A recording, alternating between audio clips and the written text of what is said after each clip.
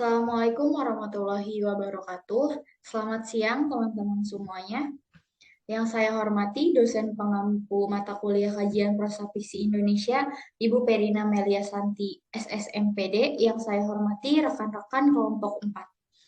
Di sini saya dari kelompok 4 akan mempresentasikan mengenai analisis simbol dalam cerpen Wanita Telanjang Tak Bernama karya Rival Ahmadi menggunakan konsep semiotika Charles Sanders Peirce dengan tinjauan semiotika.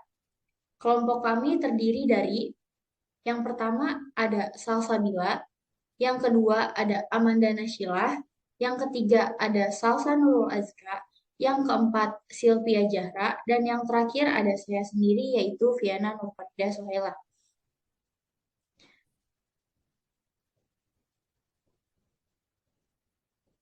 Baik, untuk salin dia selanjutnya.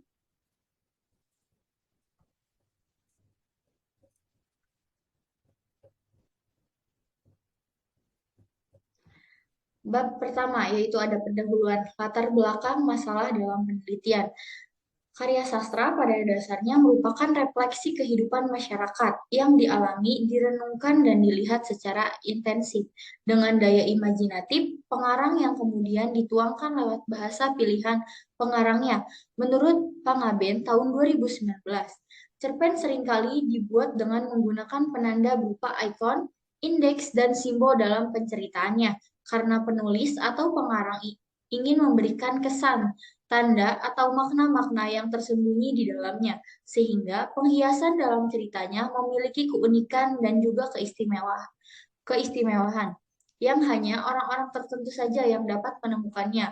Terdapat sebuah analisis yang bisa digunakan oleh beberapa peneliti untuk mengungkapkan penanda atau makna-makna tersembunyi yang penulis atau pengarang buat dalam karyanya, di mana yaitu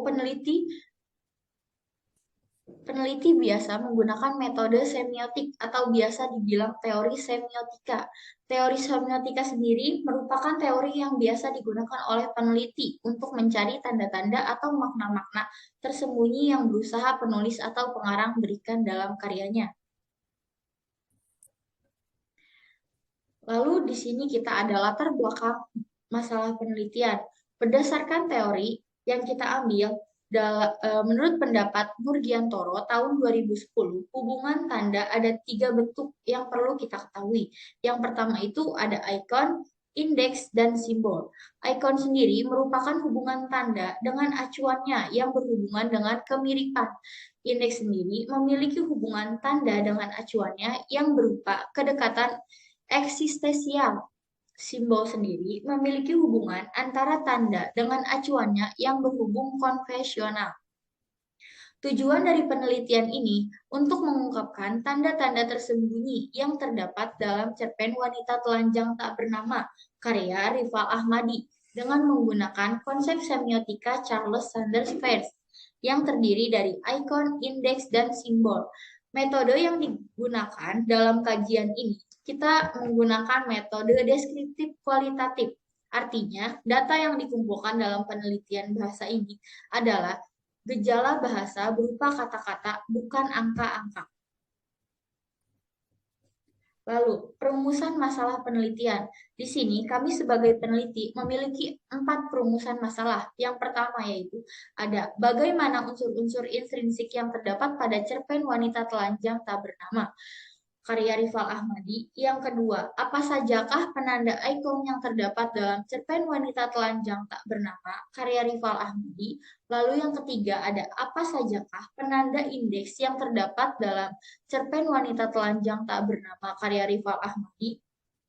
Yang keempat, ada apa sajakah penanda simbol yang terdapat dalam cerpen Wanita Telanjang Tak Bernama karya Rival Ahmadi? Untuk penjelasan selanjutnya akan dilanjutkan oleh presentator kedua. Kepadanya saya persilakan. Baik, terima kasih. Selanjutnya ada pengarang dan karyanya. Rival Hadi sendiri lahir di Sukabumi, Jawa Barat, tempatnya pada tanggal 11 Mei 1999. Rival Ahmadi menempuh pendidikan S1 jurusan manajemen di UIN Sunan Gunung Jati, Bandung pada tahun 2017 silam dan sekarang ia telah lulus dari UIN Sunan Gunung Jati Bandung pada tahun 2021. Saat ini ia telah bekerja di salah satu bank swasta di Jakarta.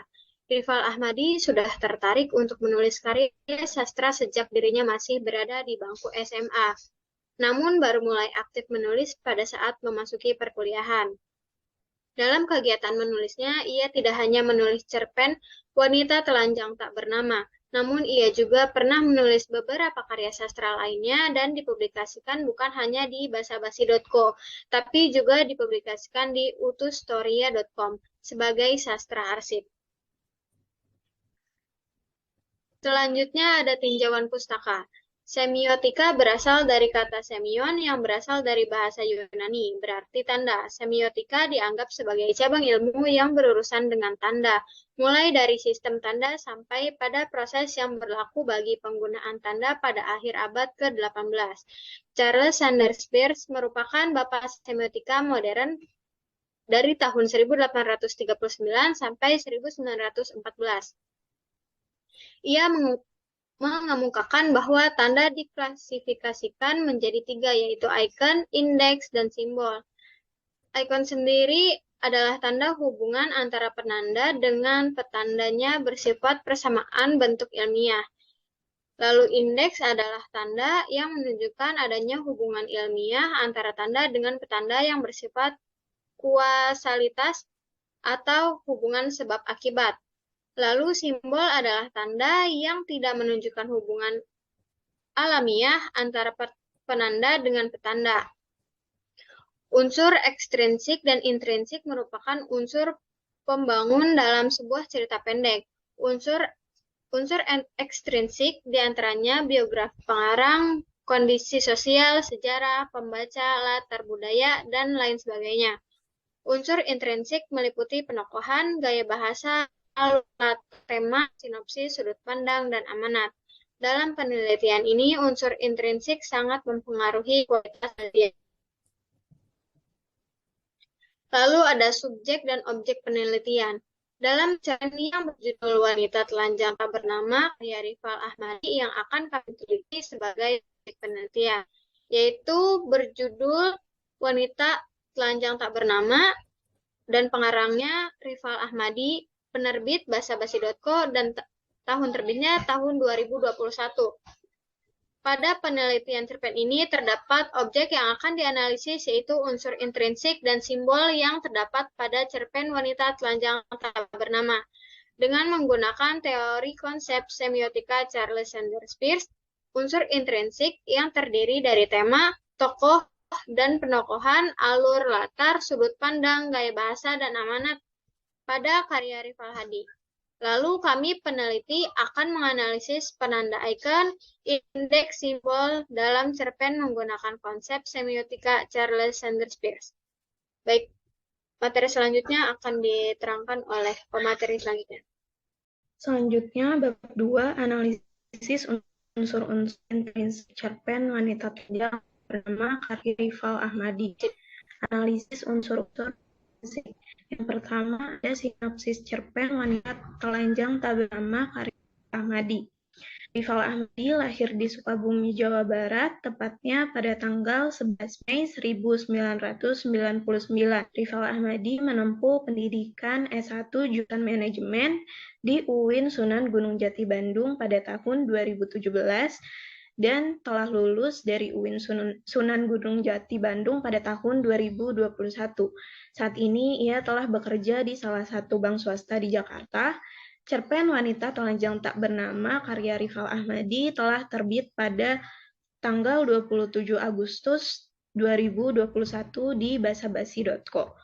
Cerpen Wanita Telanjang Tak Bernama karya Rival Ahmadi merupakan sebuah kisah tentang seorang wanita telanjang tanpa nama yang biasa ditemukan di atas padang rumput. Kemudian di suatu malam ada seorang pemuda yang datang ke padang rumput tersebut, di mana si wanita telanjang tak bernama sedang duduk di atas batu. Kemudian pemuda membawa sebuah pakaian untuk menutupi tubuh telanjang si wanita. Setelah itu wanita telanjang tak bernama bertanya kepada pemuda tersebut, mengapa ia menyuruhnya menggunakan pakaian yang ia bawa. Kemudian sang pemuda menjawab bahwa ia merasa tidak nyaman melihatnya. Lalu wanita telanjang tak bernama itu tak mengharaukan pakaian yang dibawa oleh sang pemuda. Dia malah meminta sang pemuda untuk bertelanjang sama seperti dirinya. Dan sang pemuda pun menyanggupinya sehingga pada akhirnya mereka pun sama-sama telanjang. Mereka berdua saling menatap dengan tubuh yang sama-sama diterpa angin malam. Si wanita telanjang bernama menggenggam tangan kiri sang pemuda lalu menuntunnya berjalan terus hingga ke arah utara. Walaupun banyak diterpa berbagai makian, mereka tetap tak menghiraukannya, terus berjalan hingga pada akhirnya sampai di tepi pantai. Kala itu wanita telanjang tak bernama meminta sang pemuda untuk pergi dan bebas. Akan tetapi sang pemuda menolak dan lebih memilih ikut bersama wanita telanjang tak bernama tersebut. Kemudian mereka jalan ke dalam air hingga ketinggian air laut berada pada dada mereka. Sang pemuda berkata, "Bawalah aku, asal kita masih sama-sama telanjang." Sampai akhirnya si wanita telanjang tak bernama membawanya ke dalam lautan dan mereka berdua kemudian berubah bentuk menjadi sepasang ikan marlin di samudra. Kedua, alur. Alur dalam cerpen wanita yang tak bernama adalah alur maju, karena setiap bagian terus berjalan dan tokoh utama dalam cerpen selalu mengalami hal yang berbeda dalam setiap alur ceritanya. Selain itu, rangkaian peristiwa pada cerpen ini dimulai dengan teratur dari bagian awal cerita sampai bagian akhir cerita. Yang pertama ada tahap situation, yaitu bagian awal cerita. Di bagian ini pengarang mengenalkan tokoh utama dalam cerita yaitu wanita telanjang tak bernama. Wanita telanjang tak bernama ini diceritakan sebagai seorang wanita yang biasanya ditemukan di atas padang rumput dan menarik perhatian banyak makhluk dengan kondisi tubuhnya yang telanjang. Laki-laki, rerumputan, binatang, sampai bulan pun tergoda olehnya. Bulan sampai menjelma menjadi seekor kelinci putih untuk dapat menyetubuhi wanita telanjang tak bernama tersebut yang menggiurkan para makhluk yang menonton di sekitarnya termasuk para bintang di langit. Kemudian datanglah seorang pemuda membawa pakaian untuk wanita telanjang tak bernama tersebut. Meskipun wanita telanjang tak bernama tersebut itu menjijikan karena habis berhubungan badan dengan membuat tubuhnya bau amis dengan sang rembulan yang menyamar menjadi seekor kelinci putih, namun pemuda tersebut tetap menjaga perasaan wanita itu dengan tidak menunjukkan ketergangguannya terhadap bau amis tubuhnya, yang pada akhirnya mereka berdua sama-sama telanjang dan berjalan ke arah utara, hingga tiba di pemukiman penduduk. Tahap selanjutnya, generating circumstance di sini adalah awal kemunculan konflik yang terjadi dalam cerita ini. Pasalnya, setelah tiba di pemukiman, terjadi konflik antara wanita telanjang tak bernama tersebut dengan masyarakat di pemukiman tersebut. Selanjutnya, yang ketiga ada tahap rising action atau konflik memuncak. Pria gemuk memaki-maki wanita telanjang tak bernama karena rasa tidak malu wanita tersebut dengan dirinya yang telanjang di depan banyak penduduk. Namun wanita telanjang tak bernama tersebut melawannya dengan ucapan yang membuat pria itu terdiam. Bahwasanya dalam hati pria gemuk itu sebenarnya menginginkan tubuh wanita telanjang tak bernama, namun mengumpat dengan mengucapkan kata-kata kebencian yang sebenarnya tidak sesuai dengan isi hatinya. Lelaki yang munafik yang menghina wanita seolah-olah orang yang paling buruk dan terkutuk, padahal kenyataannya ia adalah yang paling buruk. Kemudian setelah itu wanita telanjang tak bernama dengan sang pemuda melanjutkan perjalanan dan menghiraukan penduduk. Bagian ini merupakan bagian klimaks. Walaupun banyak diterpa berbagai makian, mereka tetap menghiraukannya dan terus berjalan hingga pada akhirnya sampai di tepi pantai. Kala itu wanita telanjang tak bernama meminta sang pemuda untuk pergi dengan bebas, akan tetapi sang pemuda tersebut menolak dan lebih memilih ikut bersama wanita telanjang tak bernama. Kemudian mereka jalan ke dalam air hingga ketinggian air laut berada pada dada mereka. Sang pemuda berkata, "Bawalah aku, asal kita masih bersama-sama telanjang." Sampai akhirnya Pada tahap penyelesaian atau tahap denouement, si wanita telanjang tak bernama membawa sang pemuda ke dalam lautan dan mereka berdua kemudian berubah bentuk menjadi sepasang ikan marlin di samudra. Berdasarkan penjabaran dari alur cerita dalam cerpen wanita telanjang tak bernama ini, dapat dilihat bahwa cerpen ini menggunakan alur maju, di mana tahap situasi atau rangkaian peristiwa pada cerpen ini terus berjalan dari awal cerita sampai ke akhir cerita. Kemudian selanjutnya ada tokoh dan penokohan. Yang pertama, tokoh utama pertama yaitu wanita telanjang tak bernama. Tokoh utama dalam cerpen ini adalah wanita telanjang tak bernama yang penokohannya digambarkan sebagai wanita yang bebas, pemberi kesuburan, cantik, penggoda, tidak peduli omongan orang, dan jahat atau kejam. Kemudian yang kedua ada tokoh utama kedua yaitu si pemuda. Si pemuda adalah tokoh utama kedua setelah wanita telanjang tak bernama. Si pemuda dalam penokohannya digambarkan sebagai seorang yang baik dan penurut. Kemudian yang ketiga ada tokoh tambahan pertama, yaitu seorang pujangga. Tokoh seorang pujangga ini muncul sebentar di awal cerita dalam penokohannya. Ia digambarkan sebagai seseorang yang menyukai syair dan pembawa sial. Hal ini terbukti ketika sang pujangga sedang menulis syair terhadap bunga-bunga yang terhampar di hadapannya. 3 hari kemudian, bunga tersebut layu dan mengeluarkan bau busuk. Padahal bunga tersebut adalah bunga abadi. Yang keempat ada tokoh tambahan kedua yaitu rembulan. Dalam cerpen ini, tokoh rembulan penokohannya digambarkan sebagai makhluk yang tergoda yang diberikan oleh wanita telanjang. Hal tersebut terbukti dari cara dia yang sejak awal menyorot tubuh si wanita telanjang tak bernama dengan sinarnya sampai ke bagian tersembunyi yang tidak bisa dilihat. Selain itu, ia juga tergoda ketika si wanita telanjang tak bernama menggodanya dengan menawarkan untuk naik ke atas tubuhnya. Yang kelima, ada tokoh tambahan ketiga, yaitu bintang. Tokoh selanjutnya yaitu para bintang. Mereka tokohannya digambarkan sebagai makhluk yang juga tergoda dengan wanita telanjang tak bernama, namun tidak sampai bersetubuh sebagai penonton dan makhluk yang tidak ingin ikut campur. Selain itu, para bintang juga digambarkan memiliki sisi baik karena mereka mendoakan arwah rembulan yang telah mati. Selanjutnya ada tokoh tambahan keempat, itu seorang wanita tua. Dalam penokohannya, ia digambarkan sebagai wanita pembenci yang membenci si wanita telanjang tak bernama dengan mengutuk si wanita telanjang tak bernama tersebut. Selanjutnya ada tokoh tambahan kelima, yaitu seorang pria gemuk. Pria ini dalam penokohannya digambarkan sebagai orang yang munafik. Terbukti ketika di keramaian ia mengutuk si wanita telanjang tak bernama, namun sebenarnya ia sangat memuja tubuh si wanita telanjang tak bernama tersebut. Kemudian yang terakhir yaitu tokoh tambahan keenam, yaitu seorang lelaki dan istrinya. Mereka diceritakan dalam penokohannya, si lelaki digambarkan sebagai lelaki mata keranjang dan si istri digambarkan sebagai orang yang pemarah atau pencemburu. Selanjutnya ada latar atau setting. Latar waktu dalam cerpen Wanita Telanjang Tak Bernama adalah yang pertama, menggunakan latar tempat di taman, waktunya siang hari dan malam hari.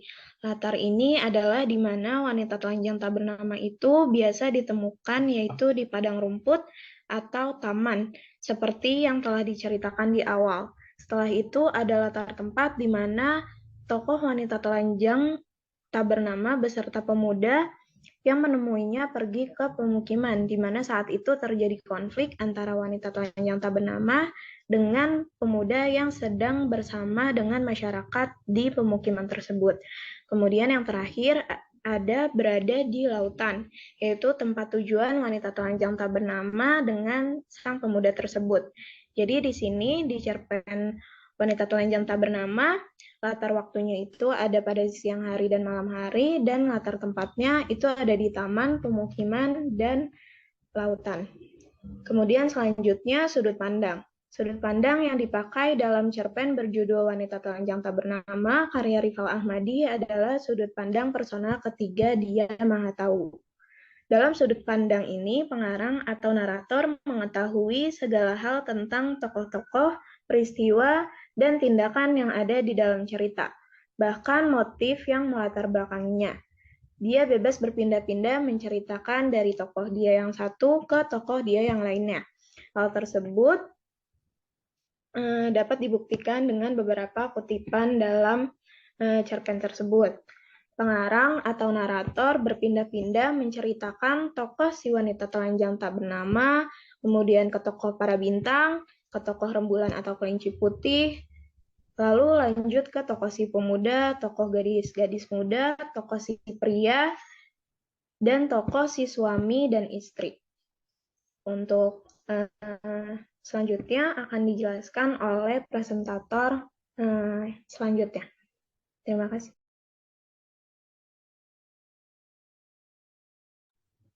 Baik, di sini saya akan menjelaskan mengenai gaya bahasa.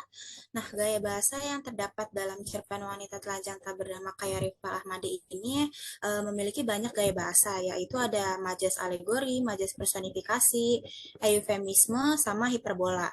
Nah, beberapa dari majas tersebut saya akan jelaskan sebagai berikut, yaitu yang pertama majas alegori. Majas alegori adalah majas perbandingan yang menyandingkan sebuah objek dengan menggunakan kiasan. Dalam cerpen ini terdapat majas tersebut, yaitu kutipannya sebagai berikut. Lalu pujangga itu dihukum mati dengan cara disembelih dan darahnya kemudian disiramkan di sekitar bunga abadi. Pada kutipan tersebut, kata sembelih adalah kiasan dari makna sebenarnya, yaitu menggorok leher atau memotong kepala atau memenggal kepala. Dalam cerpen ini, pujangga tersebut dihukum mati dengan cara digorok lehernya atau dipotong kepalanya dan kemudian darahnya disiramkan di sekitar bunga abadi. Kemudian yang kedua ada majas personifikasi, yaitu majas perbandingan yang menggambarkan benda mati atau barang yang tidak bernyawa seolah-olah memiliki sifat seperti manusia. Dalam cerpen ini terdapat majas tersebut, yaitu di mana para bintang, terus rembulan, mereka menjelma seperti memiliki sifat seperti manusia, yaitu kutipannya sebagai berikut. Malam masih cukup terang, karena posisi sang bulan digantikan oleh para bintang-bintang yang sengaja menambah daya pada cahayanya. Para bintang ini rupanya sedang bersiap menonton hubungan badan si wanita tanpa nama dengan si rembulan. Kemudian si rembulan yang menjelma menjadi seekor kelinci putih itu naik ke atas tubuhnya, perlahan ia memasukkan bagian tubuhnya dan terus menggerakkan pinggulnya tanpa henti. Dengan mata terpejam, si wanita tanpa nama mendesah sambil meremas punggung si kelinci putih. Dari kutipan tersebut, kita dapat mengetahui bahwa penulis menggunakan majas personifikasi karena penulis menggunakan tokoh rembulan dan juga para bintang seperti memiliki sifat manusia, yaitu menonton dan juga bersetubuh. Kemudian ada majas eufemisme, ini adalah majas perbandingan yang gaya bahasanya itu digunakan untuk mengungkapkan sesuatu secara lebih halus. Yaitu tadi ya kutipan yang pujangga tadi, lalu pujangga itu dihukum mati dengan cara disembelih. Nah, kata disembelih ini adalah kata halus dari menggorok leher ataupun memotong kepala. Kemudian yang terakhir ada majas hiperbola. Majas hiperbola ini adalah majas yang paling banyak ditemukan dalam cerpen ini, di mana majas ini menggunakan ungkapan yang berlebihan dan juga tidak masuk akal. Contohnya seperti si rembulan yang menjelma menjadi seekor kelinci, dan juga si wanita telanjang dan juga si pemuda yang berubah menjadi sepasang ikan marlin. Kemudian ada amanat. Amanat yang terkandung dalam cerpen ini adalah tidak perlu munafik menjadi manusia untuk terlihat suci di mata orang lain. Selain itu juga tetaplah setia kepada pasanganmu seburuk apapun ia dipandang oleh masyarakat sekitar. Kemudian ada tema. Tema yang terkandung dalam cerpen Wanita Telanjang Tak Bernama ini merupakan tema genre dominasi gender dan juga krisis moral. moralitas. Hal ini terjadi karena tema tersebut menggambarkan tokoh si perempuan sangat kuat dalam mendominasi, hingga semua makhluk dari laki-laki, rumput, bintang, bahkan sampai rembulan pun tunduk pada perkataan si wanita telanjang tak bernama. Kemudian juga krisis moralitas ini ada sebagai tema, yaitu karena si pemeran utama atau tokoh utama, yaitu si wanita telanjang tak bernama, sangat bebas dalam melakukan apa saja, sehingga dia tidak menggunakan pakaian ataupun lain sebagainya. Itu adalah merupakan krisis moralitas yang ada di masyarakat.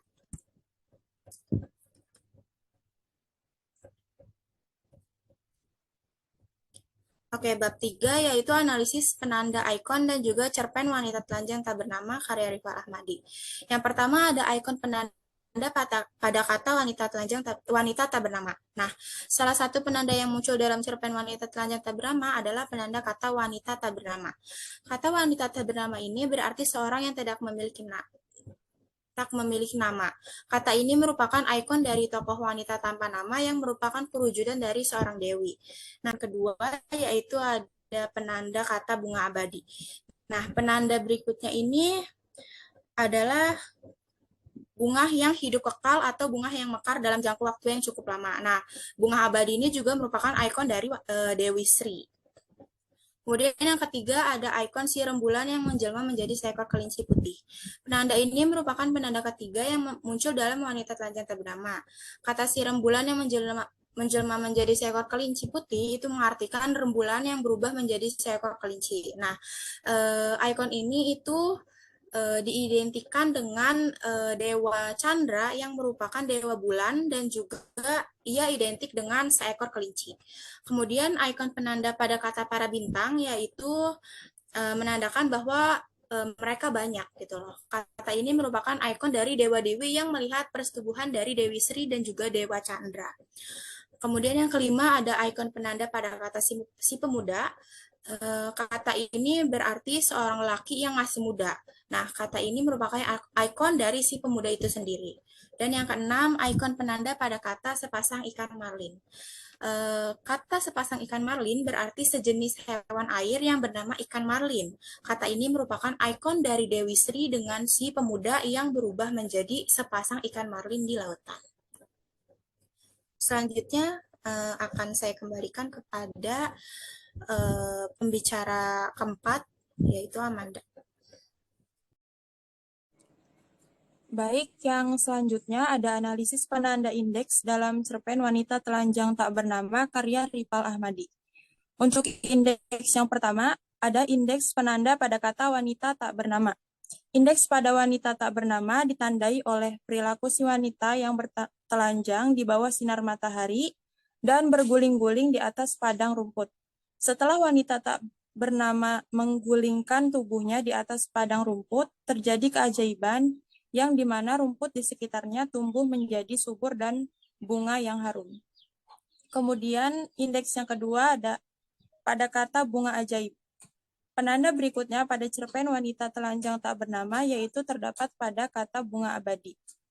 Mengapa padang rumput yang telah digulingkan oleh wanita telanjang ini disebut sebagai bunga abadi? Karena setelah si wanita tak bernama ini melakukan hal itu, tumbuhlah bunga yang subur dan harum, dan penduduk sekitar memberi nama kepada bunga itu sebagai bunga abadi.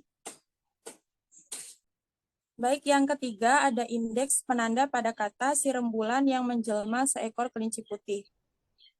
Penanda berikutnya pada cerpen wanita telanjang tak bernama yaitu terdapat pada kata si rembulan yang menjelma seekor kelinci putih.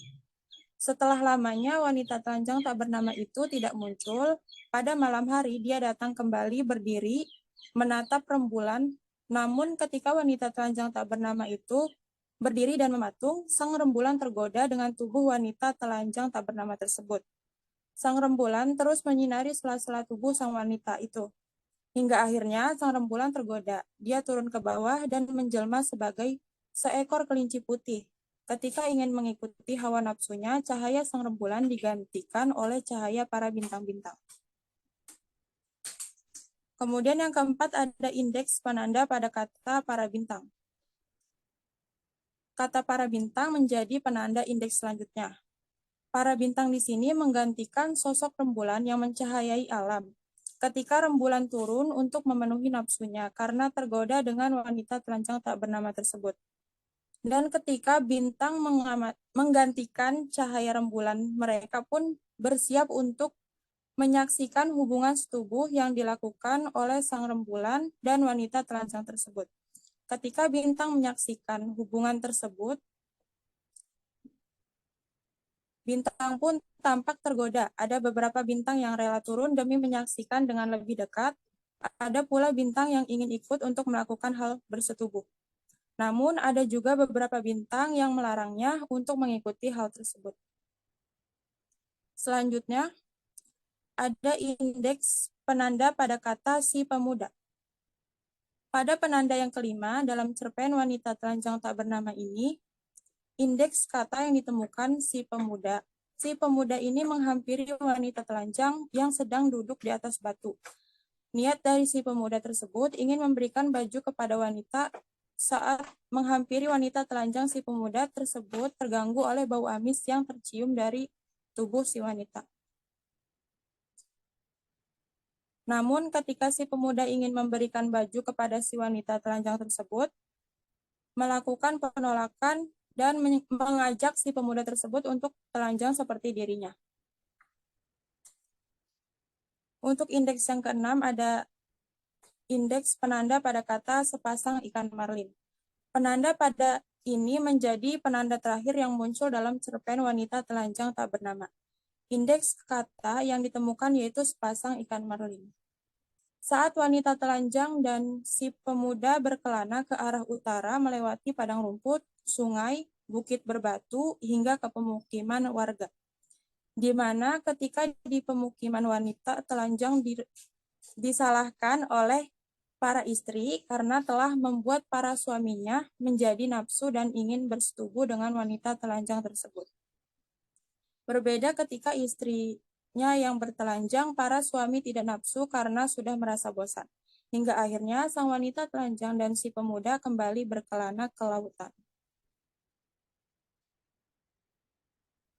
Yang selanjutnya ada analisis penanda simbol dalam cerpen wanita telanjang tak bernama karya Ripal Ahmadi. Yang pertama ada simbol penanda pada dihukum mati dengan cara disembelih. Simbol yang pertama terdapat pada cerpen wanita telanjang tak bernama adalah pada kutipan dihukum mati dengan cara disembelih. Setiap orang yang melakukan kesalahan sudah pasti akan mendapatkan hukuman. Hukuman mati merupakan hukuman terberat atas kesalahan yang dilakukan oleh seseorang. Nah, pada cerpen wanita telanjang tak bernama ini, yang dijatuhi hukuman mati adalah seorang pujangga yang membuat kesalahan besar. Ia membuat bunga-bunga yang semula berbau harum menyegarkan menjadi layu dan berbau busuk. Warga sekitar marah karena ulahnya dan mereka setuju jika pujangga tersebut diberi hukuman berupa hukuman mati. Kemudian yang kedua ada simbol penanda pada cangkang perang tanpa isi. Simbol yang kedua ini terdapat pada kutipan cangkang kerang tanpa isi sebagai simbol kematian. Cangkang kerang tanpa isi sama halnya dengan jasad tanpa nyawa, dan hal tersebut merujuk kepada kematian. Pada cerpen wanita telanjang tak bernama, cangkang kerang tanpa isi merupakan simbol kematian dari si kelinci putih yang merupakan jelmaan dari sang rembulan. Nyawa sang rembulan telah mati setelah berhubungan badan dengan wanita telanjang tak bernama. Kemudian yang ketiga, simbol penanda pada dewa bulan akan mengutuk kalian. Simbol yang terakhir ini adalah terdapat pada kata dewa bulan akan mengutuk kalian. Kata tersebut merupakan perkataan yang diucapkan oleh seorang wanita tua kepada wanita telanjang tak bernama. Simbol tersebut sebagai penanda atas kepercayaan orang-orang di pemukiman terhadap keberadaan dan kekuatan dewa bulan. Hal itu dibuktikan dengan wanita tua tersebut yang berkata bahwa dewa bulan akan mengutuk wanita telanjang tak bernama dengan pemuda yang sedang bersamanya.